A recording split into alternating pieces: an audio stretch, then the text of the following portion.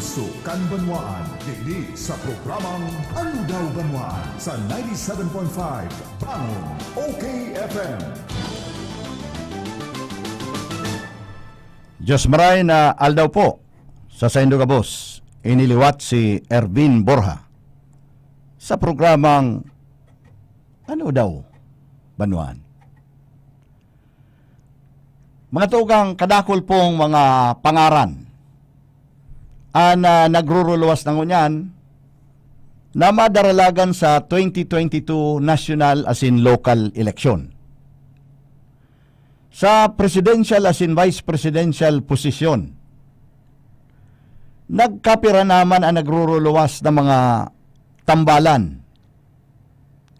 Yaon dyan ang Duterte Gibo, napigparakurahaw na ni dating Congressman Andaya na dandil na yang palanda ay paman.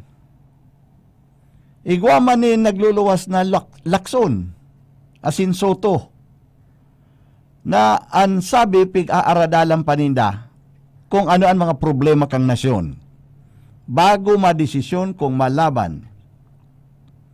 Apisar na haraloy ng mga senador, ngunyan pa sana maaradal kung ano ang mga problema kan nasyon.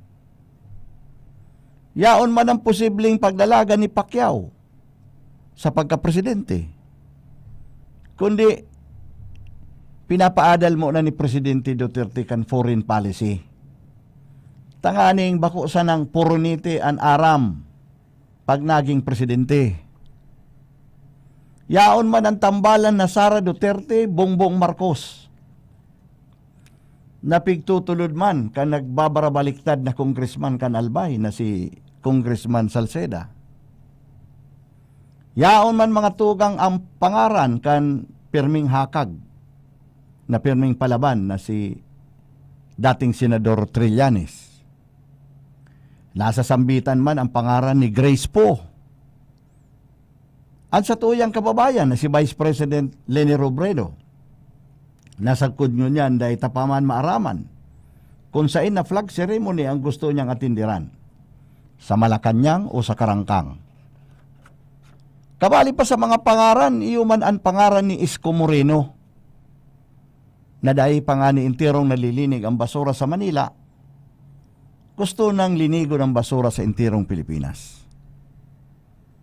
Sa ngunyan mga tugang haros ang gabos ng mga tawong nasambit, nasa pagbana-bana kung talagang sindama desisyon na magdalagan sa kargong presidente o vice-presidente. Kaya bagangon yan kadakol mga surveys ang ginigiribo para saro sa gagamito na basihan kan sa indang magiging desisyon kung makandidato o dae sa kargong presidente asin vice-presidente. Kasulma mismo, duwang survey ang nagluwas sa screen kan sa kuyang computer na naghahapot na kung ako papipilion, isay sa mga nakalistang kandidato ang gusto ko. Mga tugang sa panahon na ini, na 4 na bulan na sana filing na kan Certificate of Candidacies. Bilang Pilipino na nagmamakulog kan sa tuyang nasyon, na ini mapakarhay. Dapat siguro kita mga Pilipino, kung makaresibin in araw ka ng mga survey, tultulon ang sa tuyang mga kasimbagan. Tayo ini ang matintar o mapadisganar sa mga taong nag-iirisip magkandidato bako sa nasyonal, kundi mga tugang maging sa lokal. Total, sa survey mayo pa man vote buying. Siguro pwede taman tultulon ang sa tuyang mga kasimbagan sa mga survey ini. Tangani mga tugang na maing kaminarta ang mga kandidatong tama sa posisyon na pag-iisipan na kandidatuhan asin panisgadaron na dai na magkandidato ang mga posibleng madarang konsumisyon sa satuyang nasyon sa maabot na 6 na taon.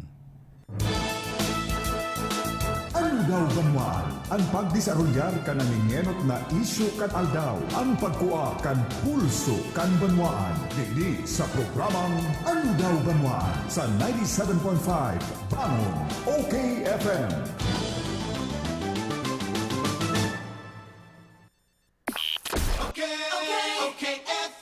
Gusto ko, okay ka. May malaking discount sa inyong volume purchase kahit saan sa kanilang 3 branches.